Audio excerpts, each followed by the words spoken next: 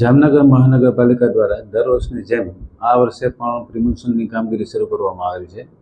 તે કુલ 9 ભાગોમાં એની વહેંચણી કરવામાં આવેલ છે અને ટેન્ડરની પ્રોસેસ પૂર્ણ કરી જે પાર્ટીમાં સિલેક્ટ થયેલ છે ટેન્ડરમાં એ લોકોને કામ સોંપવામાં આવેલ છે અને તેના દ્વારા કામ શરૂ પણ કરવામાં આવેલ છે.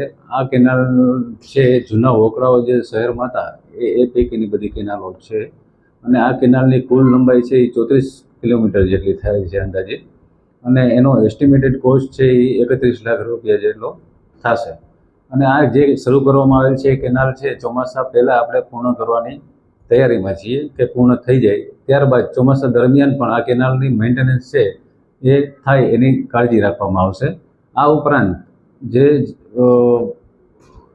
વિભાવરથી ચાલુ કરી અને છેક નવનાલા સુધીની જે કેનાલ છે એ ડિપાર્ટમેન્ટલી જામનગર મહાનગરપાલિકા દ્વારા અત્યારે હાલમાં ચાલુ કરવામાં આવેલ છે. અને દવા બજારથી લઈ 7 નાલા સુધીની પણ જે કેનાલ છે એ પણ ડિપાર્ટમેન્ટલી જામનગર મહાનગરપાલિકા દ્વારા શરૂ કરવામાં આવેલ છે.